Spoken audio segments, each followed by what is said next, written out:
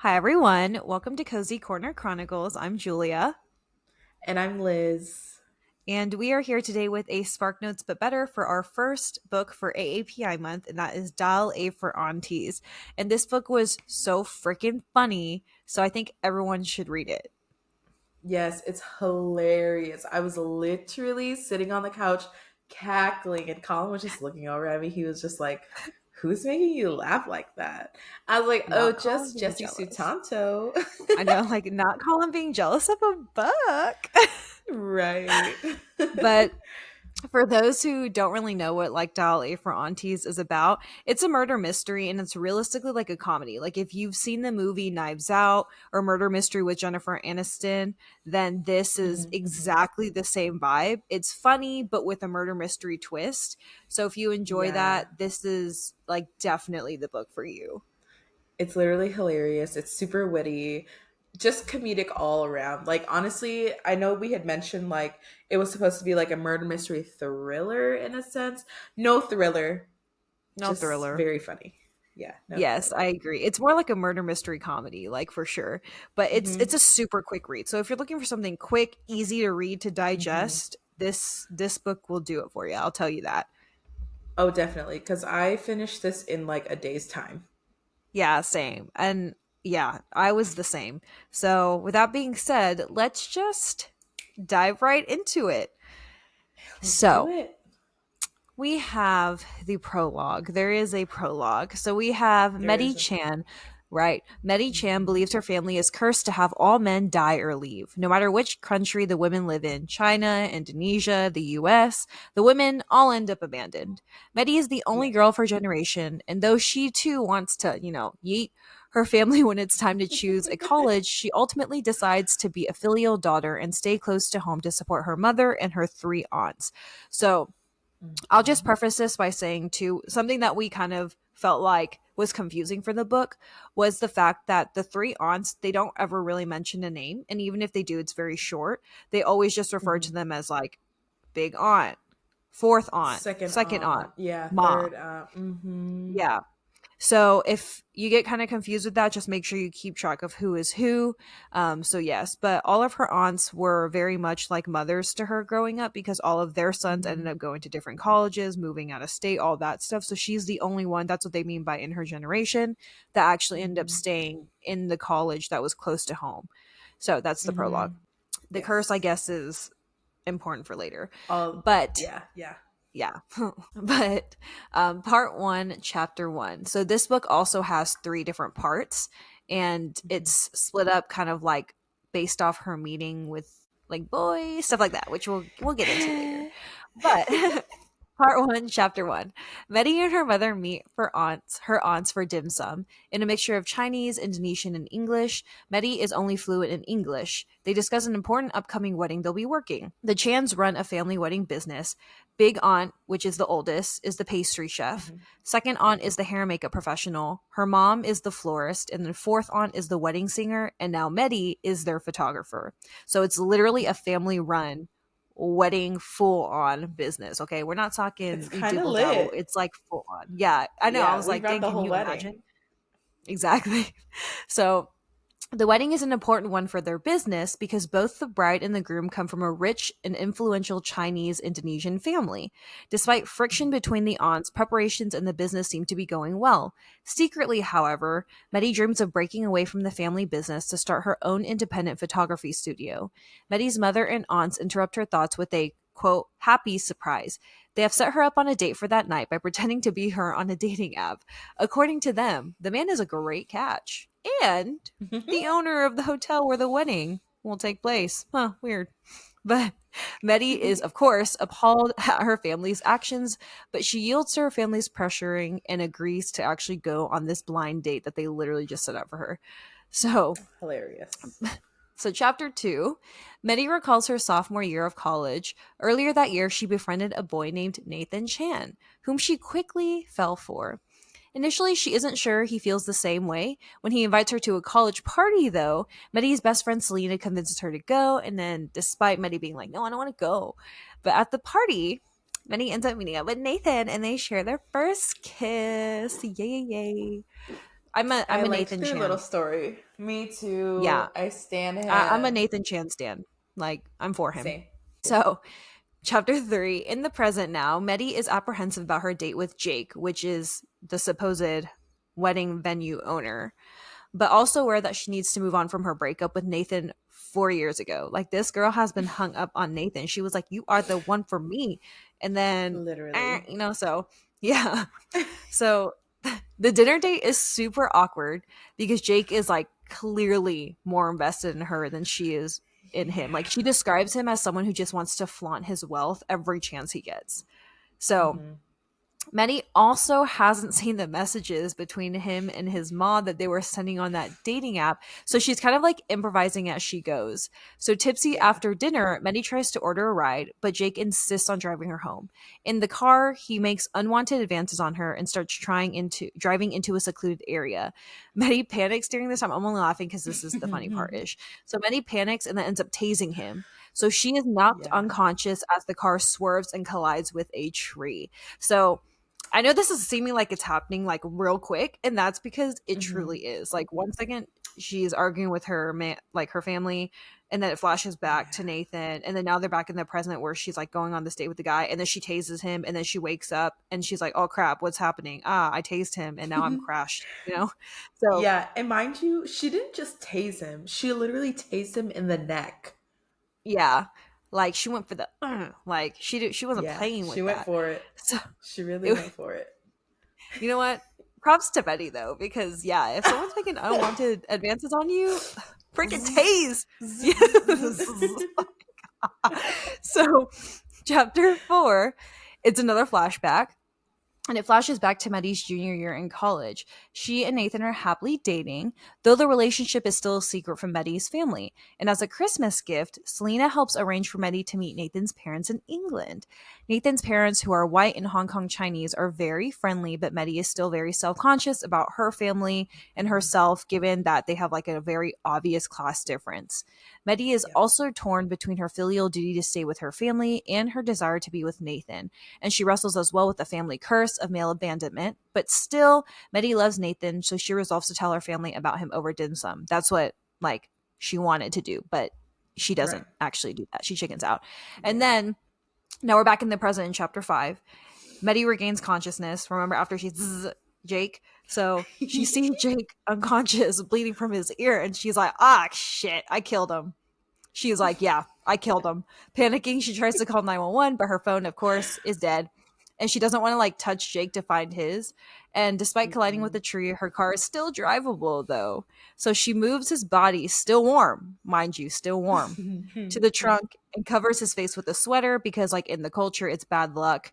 One, to touch a dead Mhm. body, and two, like, it's respectful to cover their face. So she ends up Mhm. driving home, seeking comfort in the family, which is the ma and the four aunts. So then we go into chapter 6, where it again flashes back, and now we're in Meddy's junior year, 6 years ago. And she's so excited, she's pumped up, she's ready to tell her family that she is dating a boy named Nathan, and she's gonna do it over dim sum.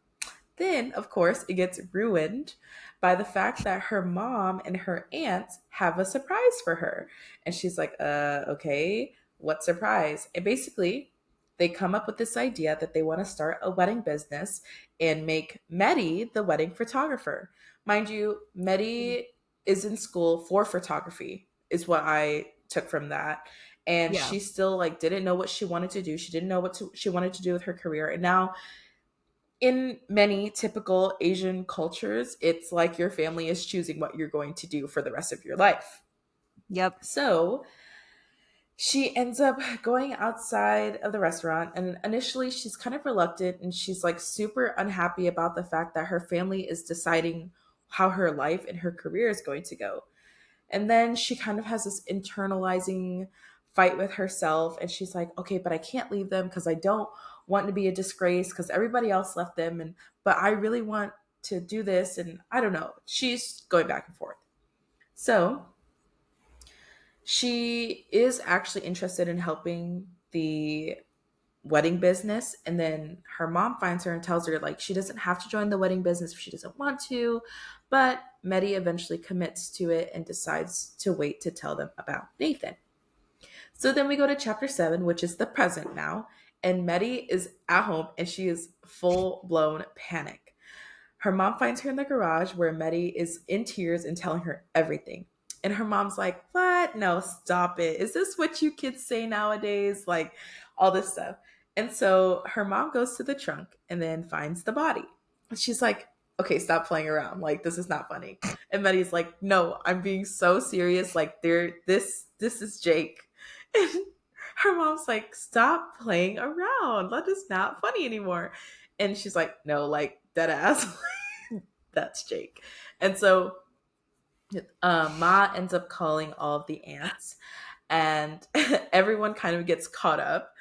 And they're just like, so as they're preparing for all the aunts to come and all this stuff, I mean, Maddie's mom is in the kitchen, like cutting up mangoes and like dragon fruit, like chilling. Okay. There is a dead body in the trunk and they're chilling. She's like, "You know how rude it would be if your aunts came over and we had no snacks for them?" And Maddie is like, "Who the fuck cares?" It's so funny, y'all. Like, And so, they're all catching up, all this stuff, and Medi tries to explain like what happened, okay? Because they're like, "What happened? Like, why did you tase him?" All this stuff. And so she was like, "He was being really weird. Like he was coming on to me really strong, and I just felt really uncomfortable." And they're like, "Oh my god, he trying to hurt you?" Like all this stuff. She's like, "It didn't get there, obviously, because I tased him and all this stuff." So then Eddie and fourth aunt were like, "We need to see the messages because how could he feel that way towards you if he, whatever." This part, I should have got my book to read this part it's so funny, because you guys. I died. I died. I have to go get it. Just give me 1 second. I will be Like, right back. it's like typical if you're on like a Tinder thingy, and what you imagine the texting would be like on Tinder when you're not actually trying to date someone. Like that's what it is. So I'm gonna wait for Liz to be back to show you and read that part because that's exactly what it is. It's like a Tinder message that you would send someone when you're trying to Yes. not date them. It was Okay. so funny. So it literally goes his name also on this little website is Jake 1010 Hotelier. And then obviously her mom, who is the catfish at this point, is using her real full name. Okay. He goes, "Love your pic." Her mom responds, "Thank you. You so sweet." The Jake says, "So wedding photography, huh? That must be interesting." Her mom, "Oh yes, very interesting. What do you do?"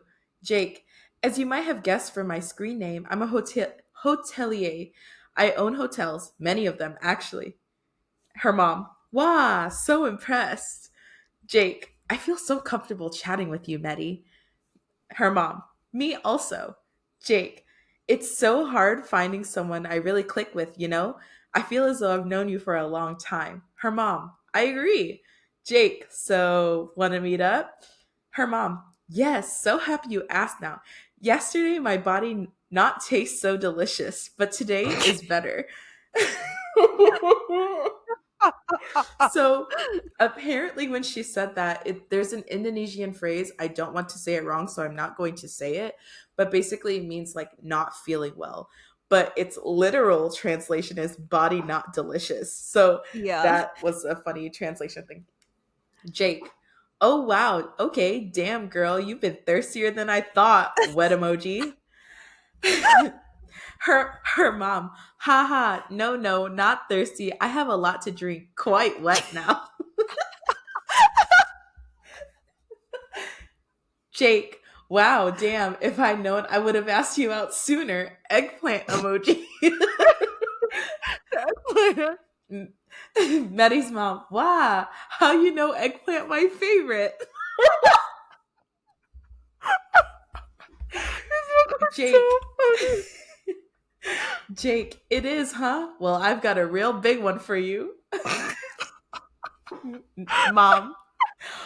Oh, I can't wait. I love eggplant. This book. You Oh see, this my is the god. energy this book gives.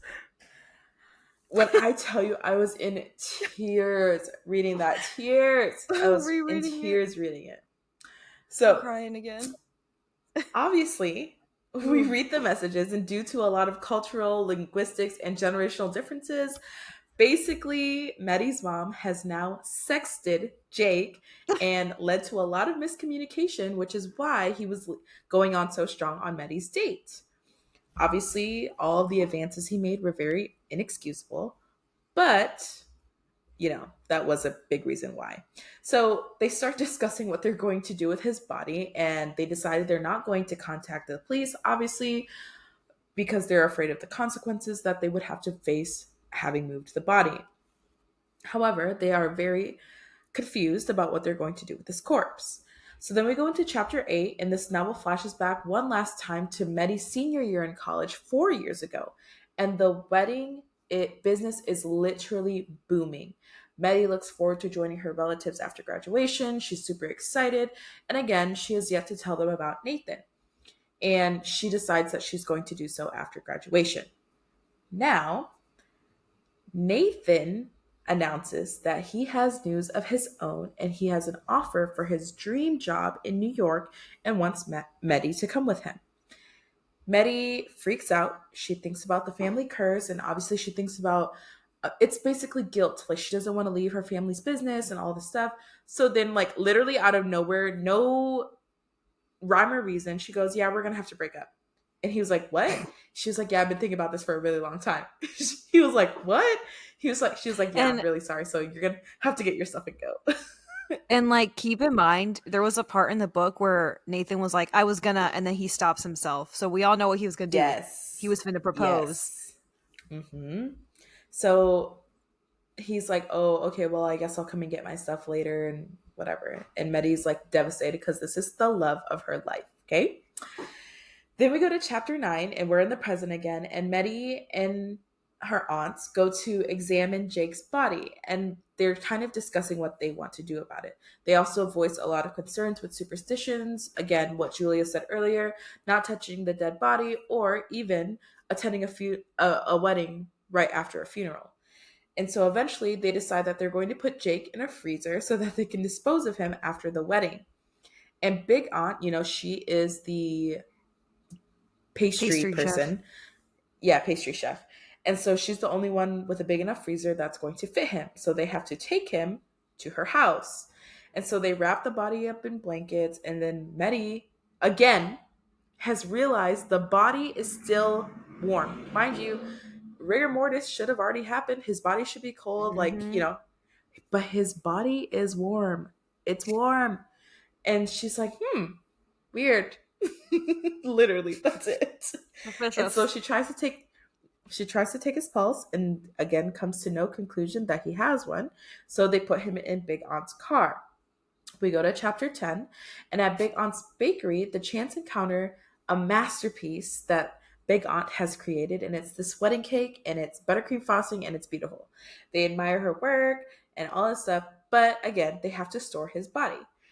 So they put it in the cooler and bury it under blankets and all these baking supplies. And they put notes in the coolers, basically warning Big Aunt's staff not to open it. And they keep putting a bunch of baking supplies on top of his body. Okay. There's blankets on top of his body, flour, like all this stuff. There's just so much on his body. It's a whirlwind. So you think that that's It's crazy? It intense. just keeps getting crazier. It's hilarious. So this is the last Yes. chapter of part 1, and it's chapter 11. So Ma wakes Medi to go to Big Aunt's bakery and deal with the body cooler before the wedding, which is what they planned. They were like, we're gonna get there before, make sure it's all good and blah blah. When they arrive, they discover that Big Aunt's staff has mistakenly taken the cooler with the other baking supplies to the wedding venue. So everything that was a big cooler, they took. So basically, everything has already been transported to the venue via the yacht. After updating Fourth Aunt, and by the way, Fourth Aunt is the only one who is like pretty fluent in English. So Mm-hmm. English stuff she understands the most. who will arrive later, the other Chans rush to the hotel and attempt to gauge discovery of the body and or the missing hotelier. But no one really seems to be like concerned that he's not there. So on the way to Right. the hotel from the yacht, Meddy remembers Jake's missing phone. And so they decide to search the body before their respective wedding duties begin. And at the hotel, they encounter the real owner. And who is the real owner? Mr. Nathan Chan himself. Dun dun dun in the flesh. So Of course. crazy, Of right? course. Of Why wouldn't it course. be? Classic. So then we begin part two. So, chapter 12, Meddy is still very attracted to Nathan, is inwardly ecstatic to notice that he isn't married. Her family is shocked when they learn that he is the hotelier, thinking he's a ghost. So, Meddy hurries to correct them, though Nathan is hurt that she introduces him as merely a friend from college. Nathan leads them to the kitchens while the other Chans go to inspect the body. Meddy promises to make time to talk to Nathan later, and she joins her relatives in the walk in fridge, open the cooler, and screams. So keep in mind now, it's like a battle between who's going to go to the body, who's going to keep watch of the body, because all of them have their wedding duties, right? So they're like Yes. running back and forth from here on out, trying to figure out who's going to do what with the body. So keep that in mind when we're going over all this. So, chapter Hmm. 13. Big Aunt realizes the problem immediately, soon followed by Second Aunt and Ma. Jake was actually still alive when they put him into the cooler last night. Weird because he was warm. Okay, he was warm. So for anyone out there who's listening, if the body is warm, maybe It's maybe don't alive. check that. So now though he's definitely 10 foot under, okay? Like he's definitely not there Yeah. anymore. So the women also now know that he is not actually a hotelier named Jake. He is Ah Guang, which is Ma's lily supplier, as in the flower. So they realize that Akwang has manipulated Ma into setting him up with Medi. While the aunts argue, Medi realizes that the wedding must go on. Since only she and fourth aunt are free, they will take the cooler back to the mainland on the yacht, while the others take care of their various wedding responsibilities until they have to come back to do their stuff. On the way out of the Hmm. hotel, they encounter Nathan approaching with the groom's parents. The Sutopos are ecstatic to see fourth aunt, who they recognize as a celebrity, so the three of them go off together. Meanwhile, Medi has no choice but to take the cooler back to the kitchen with Nathan once he offers his help. So literally, like the image is this: you have fourth aunt and Medi wheeling this huge ass cooler from the fridge, and they like push it through the hotel lobby. And then they come to this gravel part. There's like no concrete, nothing. And they're like, ah, shit, so they try. They start trying to push it on the gravel and it's like not working. Then they try to lift it and they're like, yeah, this is too heavy. And all the while Nathan's staring at them and he's like, what the hell? And people are making faces because they're like, what the fuck? So, anyways, as they lug Hmm. the cooler back to the hotel, Nathan tries to catch up with her, but she notices that the blankets hiding the corpse are slipping out of the cooler, and trying to distract Nathan from noticing, she kisses him. And so Chapter 14. After the kiss, Meddy and Nathan affirm their feelings for each other. Nathan mentions his disappointment that he remains a secret from Meddy's family, but he also understands that her situation is complicated. Their reunion is interrupted by Sheriff McConnell, who tries to declare that the wedding must be stopped due to a bogus legal technicality. Fourth Aunt returns soon after Nathan sends the sheriff away, and Nathan in turn leaves to escort the Sutopos to the hotel. Alone with Meddy, Fourth Aunt reveals that she witnessed the kiss and crows about knowing a secret that she can lord over Ma. Fourth Aunt and Meddy take the cooler back to the kitchen to update Big Aunt about the situation. Meddy, of course, now it's time for her duty to be the photographer, so she rushes off to the photos of the bride and Jacqueline while Second Aunt finishes her makeup. Maureen is the maid of honor who assists Meddy. Meddy is interrupted by a message from her assistant Seb, who is meant to take photos of the groom and like his groomsmen. Unfortunately, when Seb is there, the text basically says that the groom had partied way too hard the night before and are literally all unconscious and hungover. So Meddy goes to assist Seb and sees Big Aunt, Ma, and Fourth Aunt once again trying to move the cooler. But the corpse's hand is hanging out of it. So Meddy rushes to confront them and realizes the aunts are attempting to move this move because Big Aunt wants to one up Second Aunt in their sibling rivalry. Meddy helps them lug the cooler to the yacht pier, but they are refused access to the boat because of the fact that it's only for like visitors and not staff, which is kind of Hmm. bogus, but whatever. They have no choice but to lug the cooler back to the hotel once again.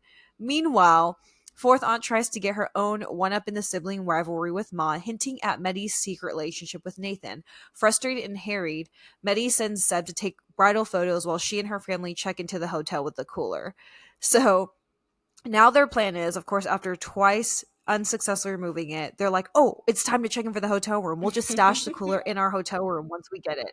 So then, chapter 15, in the hotel lobby, Big Aunt struggles to get checked into the hotel as wedding guests arrive in groups and waves. Mhm. Medi is nervous about the crowds and the attention, especially after the cooler's wheel is damaged in the lobby. Nathan also arrives to Ma's delight, fourth aunt's amusement, and Medi's very nervousness. Though he is puzzled about the cooler, because, like I said, it's really suspicious, he is eventually pulled away by a hotel guest. The Chans fend off a well intentioned bellboy and head to their rooms with the cooler. So then we go into chapter 16. And in the hotel room, Medi is basically getting her family to try to focus on the biggest challenge, which is to get rid of the cooler, which is now too suspicious, and getting rid of the body. So they consider dumping his body into the sea. And then Seb eventually starts updating Medi about the groomsmen and how Maureen is basically just completely outraged over how they are right now.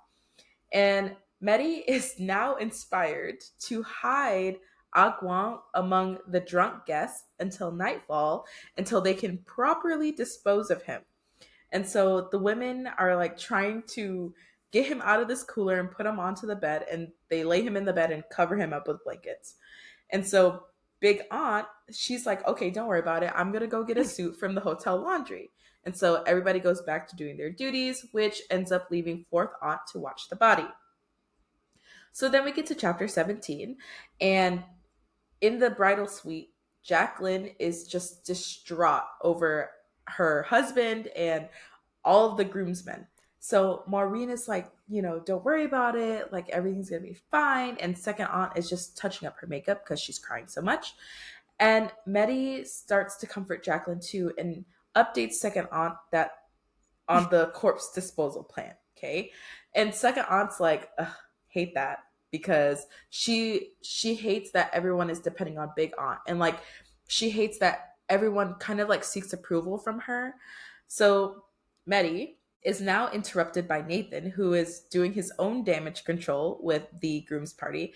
And he tells Medi that he still really, really likes her. And their next almost kiss was now interrupted by a part of the wedding celebration. And Nathan hopes to talk to Medi later, but obviously she's still distracted by the corpse that is laying in their room. And so we go to chapter 18, and so there's a ceremony that happens. It's like a veiling ceremony, and so Medi has to go and photograph this, in which basically for the ceremony, the bride's parents put a veil over the bride to give her away, and again, there is a name to this ceremony, and I really, really don't want to butcher it, but I will try.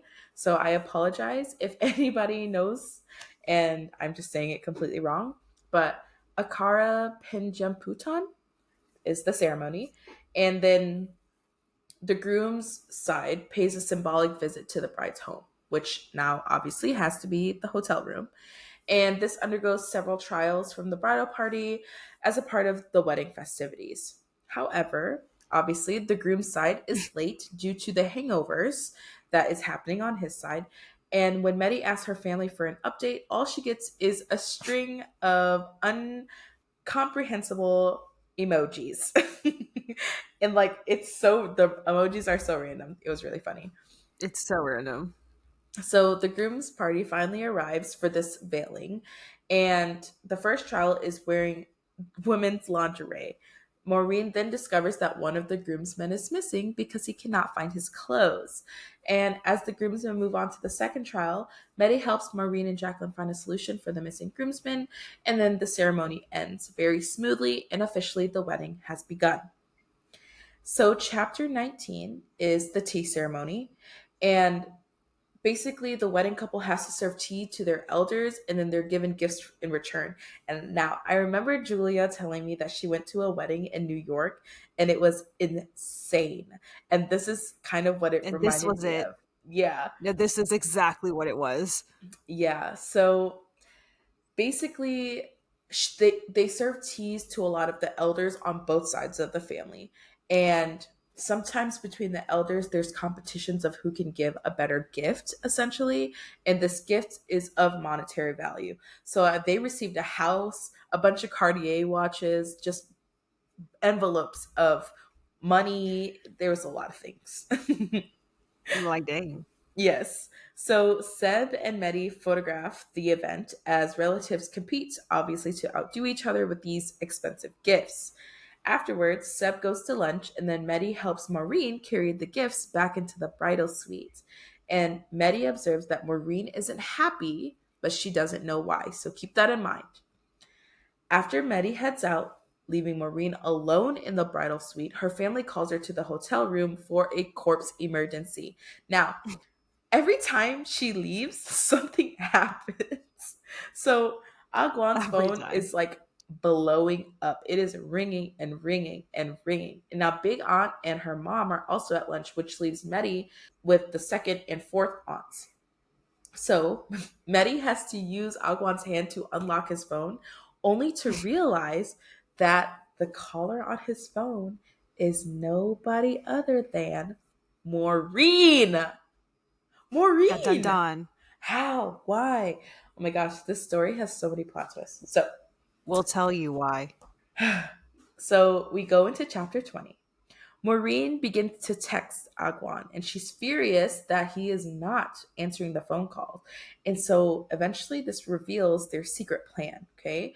So Maureen calls again and again and again, basically demanding that he needs to pick up the phone, and not only does he need to pick up the phone, he also needs to uphold his end of the deal and pick up the stuff that she has left for him, and while she's with the wedding party. And so they're like, what? So Mehdi and second aunt decide to pick up the goods and hide Agwan's death. So Mehdi ends up responding to Maureen through Agwan's phone.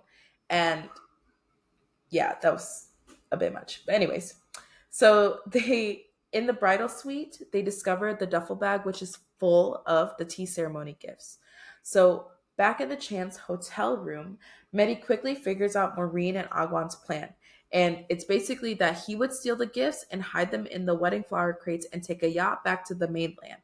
And Mehdi wants to return the gifts to the bride somehow, but she obviously has no plan. So the second and fourth aunts go to lunch, which leaves Mehdi on corpse watch. And then someone knocks on the door. And Mehdi opens it thinking that it's one of the aunts, but it's Nathan. So, chapter 21, shocked, of course, that Nathan is at the door, Meddy quickly steps into the hallway, accidentally locking herself out of the hotel room. She and Nathan kiss again, and afterwards, Nathan asks to go inside so that they can talk properly. Meddy wants to, but refuses in order to hide the body, using her locked door as an excuse. But of course, Nathan's the hotel owner, so he unlocks it with his master key and asks about their breakup in college. Many assures him it was her own insecurity and promises to explain everything after the wedding is over. But of course, Nathan sees Agwang's feet. So Nathan assumes that Yes. Medi has another man in her room, and Medi can't correct him because she can't be like, oh, I have a dead body in there. So heartbroken, she watches him leave. Chapter 22. When Ma returns from lunch, Medi is crying on the corpse free bed. She tells Ma everything, confessing her relationship with Nathan, her breakup, their renewed feelings at the hotel, and Nathan seeing Agwang's feet and assuming the worst. To Medi's surprise, Ma is empathetic. Ma even describes the family curse of male abandonment as a blessing, as she and Medi and the aunts are all very close because of it.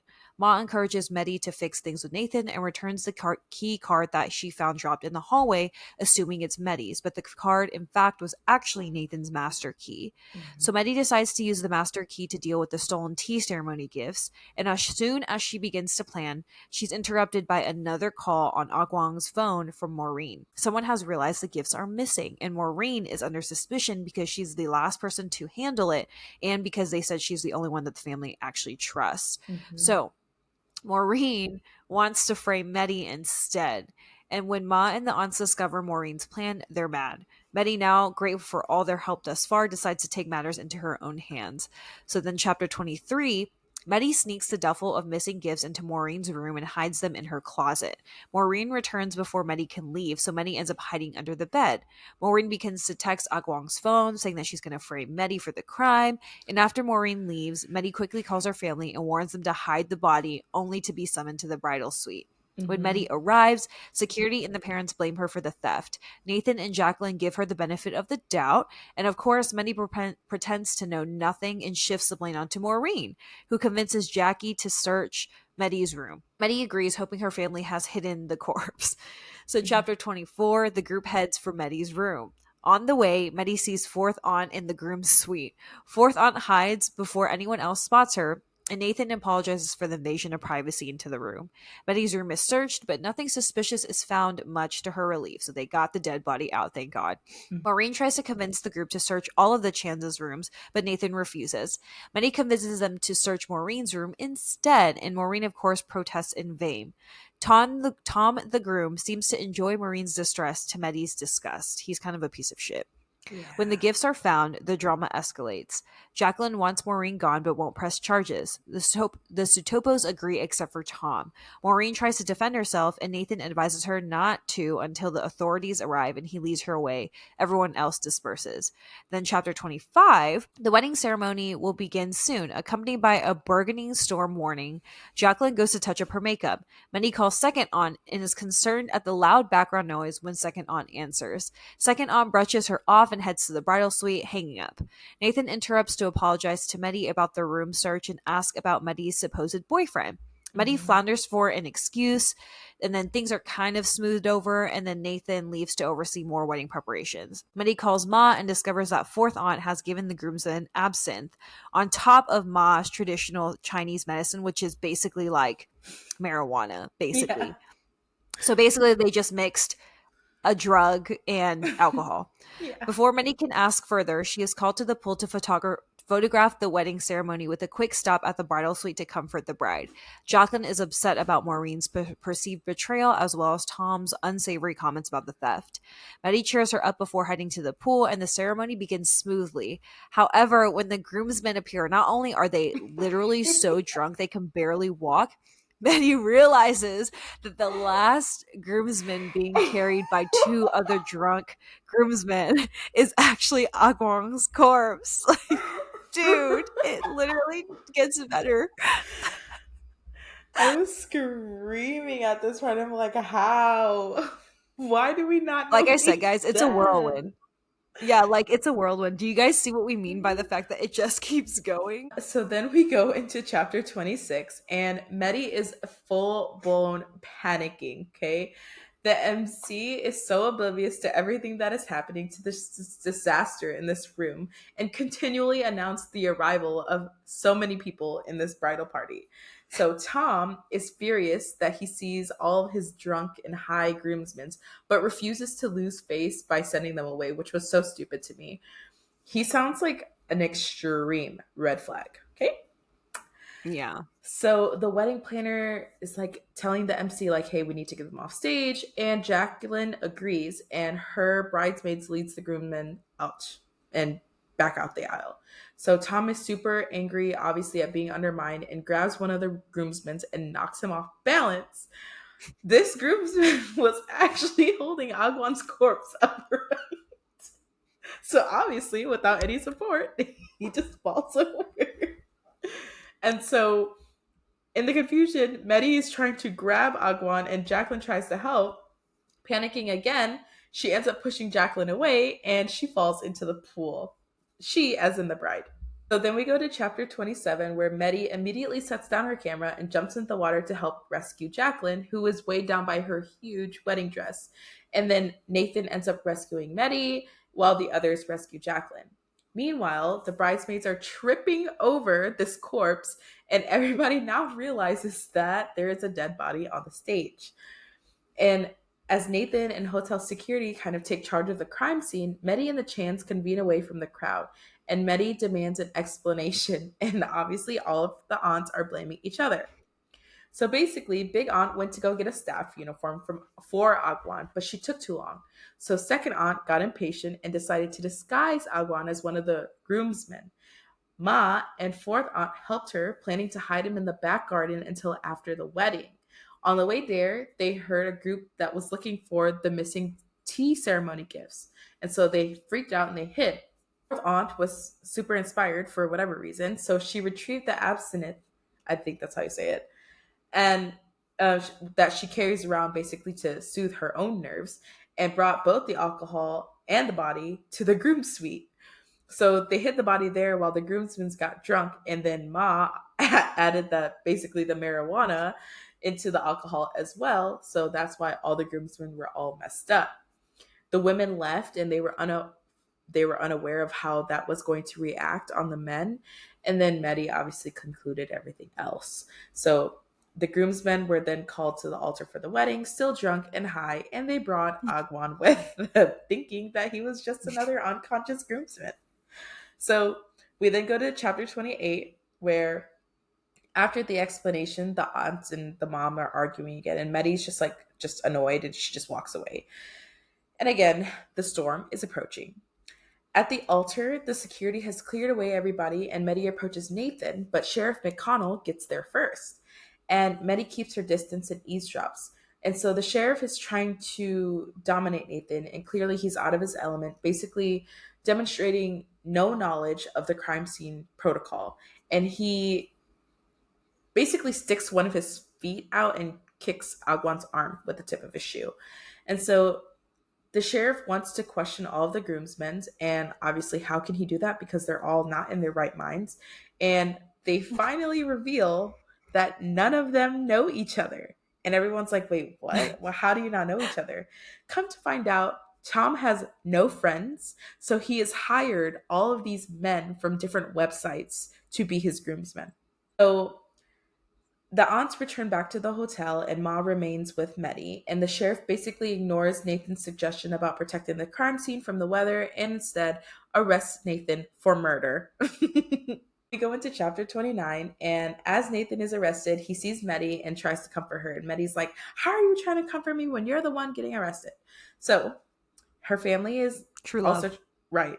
Her family is also trying to comfort her as well. Obviously, she's very overwhelmed and upset, and then she lashes out at them, basically revealing that she feels so suffocated and she hates her family business. She hates photographing weddings and all these things. So then the aunts end up comforting the mom, who is hurt by the outburst. And Mehdi tries to apologize, but obviously it doesn't work. Then they leave. And Mehdi is looking for Nathan and pretends to be his lawyer. So Mehdi confronts the sheriff using all the loopholes that she can find and trying to figure out what Nathan is charged with and what evidence he has that ties into the crime scene itself. Because there's no, well, he doesn't know the crime. He doesn't know who committed the crime. There's no crime scene preservation, all of these things, and he's still trying to arrest Nathan. So the sheriff nearly frees Nathan and then changes his mind, basically granting them 5 minutes of private discussion. So then Mehdi confesses to Nathan that she killed Agwan. And Nathan was like, yeah, I already knew that. Like, he was like, you didn't think that I thought it was suspicious that you were carrying this large ass cooler through my hotel lobby? Like, the fuck? Literally. So then we go into chapter 30, and Medi's like freaking out. She's like, what? You knew? And Nathan was like, yeah, he figured everything out from the Chance's suspicious behavior and the corpse's appearance at the altar. So everything kind of connected for him. And Medi explains that it was obviously accidental and that it was in self defense. And Nathan was like, what? He tried to hurt you? And she was like, almost, like whatever. And then Nathan promises that he's going to keep his secret and he will take the blame for everything. He doesn't care. And so they kiss, and Medi's like, no, I don't want you to. And then he's like, I don't care, get out. And they kiss again, and then they're interrupted by the sheriff's return. Like, that's a little weird for a lawyer and a client to be doing something like that. Literally. So then Nettie leaves, and she's like, I have to take the blame because I need to save Nathan's career, but I also can't implicate my family because technically I wasn't the one who murdered them. My family was, because he was alive before we put him in the cooler. And then another whirlwind of things. She goes back to her room and she's surprised that Maureen is holding her aunt hostage at gunpoint. Literally everything is a twist and turn. So then, chapter 31, Maureen directs a terrified Medi to sit down. Medi obeys. Maureen commands Medi to steal the tea ceremony gifts again since her original plan with Akwang was ruined. She extorts Medi by recording her confession to killing Akwang and revealing that she overheard the family's conversation near the pool earlier. Ma and the aunts are impressed at Maureen's opportunistic manipulation skills, much to Medi's irritation. Like, literally, they are hyping this girl up. They're like, oh, so she's so smart. Like, you should be more like that. Like, you should learn how to manipulate that. And it's so funny. So, with no other choice, Medi takes a second unloaded gun from Maureen and leaves. Then, chapter 32, Medi seeks Jacqueline in the bridal suite as she tries to figure out how to get the tea ceremony gifts. Jacqueline is obviously distraught, but mostly because she usually confides in Maureen and now she can't. Medi asks if Jacqueline still plans to marry Tom after all the terrible things he's done. Jacqueline, of course, hesitates, torn between her own dislike of him and then the alliances that their families want with their marriage. Medi ponders Maureen's motivations for everything she has done and realizes the truth. Maureen loves Jacqueline. And this causes Medi to think of a plan. Literally, it's like twists and turns. So, chapter 33, Medi returns to her room with the tea ceremony gifts. In classic Chan fashion, Ma and the aunts are having tea with Maureen. After inspecting the gifts, Maureen demands to know how Medi got the treasure. Medi tells her that Jacqueline gave it to her. When Maureen doesn't believe her, Medi tells a different version of the theft, that she held Jacqueline at gunpoint until the bride gave her the loot. Maureen asks if Jacqueline mentioned her at all, revealing that the plan to steal the gifts was mostly Akwang's idea. Maureen just wanted to stop the wedding because she loves Jacqueline and hates Tom.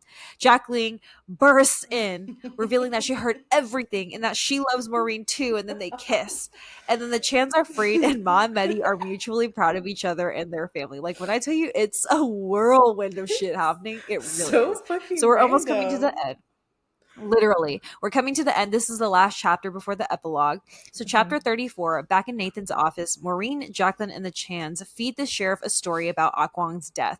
Disguised as a groomsman, he tried to steal the tea ceremony gifts. After the gifts were discovered missing, he hid them in Maureen's room and went back to the groom suite where everyone was drunk and high. He had stashed a baker's cooler in there to hide the stolen gifts and hid inside to avoid the search party. However, he got locked inside and died. Later, the groomsman found him, didn't realize he was dead, and brought him to the altar. The sheriff questions the groomsmen, who are still very unwell, and they confess that Tom had hired them and that none of them knew each other or Tom before the wedding, and plus they were all from different types of like Mhm. agencies. They don't remember much after partying so hard and knew nothing about the corpse before someone shouted about it at the altar. Fed up, the sheriff is like, just go away. So Medi Yeah. demands Nathan's release, and in return, the sheriff can take credit for solving the case all by himself, and Maureen offers to help with the bureaucratic paperwork. The sheriff accepts their deal. So then we get to the epilogue. So time passes. Nathan and Medi are dating and cohabitating. Ma visits often. Medi left the family business to start her own photography studio, but still works with them on occasion. Maureen and Jacqueline are married, and Tom Cruise, that's his name, literally, Tom Cruise Sutopo is marrying someone else. The Chans are his wedding banners, and their business is very successful. Nathan's hotel is still popular for photo shoots, weddings, everything. And at dim sum, the Chans celebrate their successes.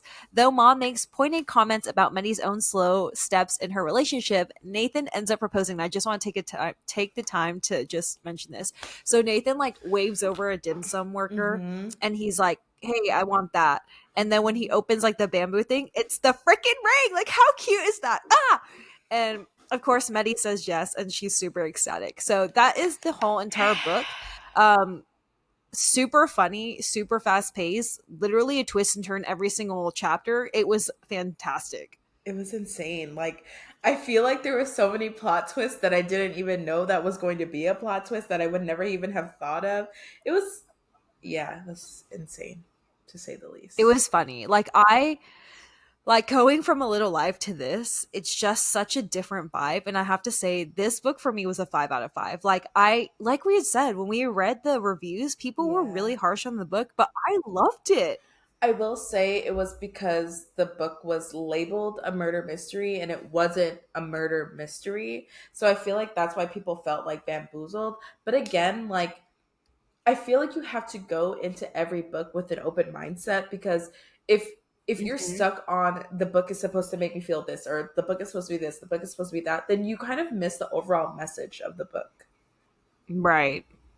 So honestly, But I I was loved also it. thinking like, yeah, I did too. But my thing is I mean, there's not really another way to classify this. Like, it is a murder mystery. Right. You know what I mean? Like, I wouldn't be able to classify it as any other thing besides like young adult or, fiction. But I everything think can categorize under fiction if it's not true. right. And I think they need to, or I guess the people who do the Goodreads stuff need to make sure they mention that it's a comedy. Like, it's hilarious. The whole book literally had me dying of laughter. Like, it's like some parts were just so, like, I don't want to say stupid because that's just a lack for a better word, but it was so random and it was so, the Yeah. randomness made it funny. I agree, and that's why I love the book. Like, I had a great time reading it. I know Jesse is coming out with the third book soon, but I'm very excited. I will read the second book. It's called Four Aunties and a Wedding, I believe. So, of course, it's probably going to be her wedding, and I need to know what happens. But if anyone is looking for a good laugh and just an overall good book, I would absolutely recommend this book. Yes, and honestly, if I could go back in time and relive that eggplant part again, like I would 10 times over. I know. It was so funny, like this whole book.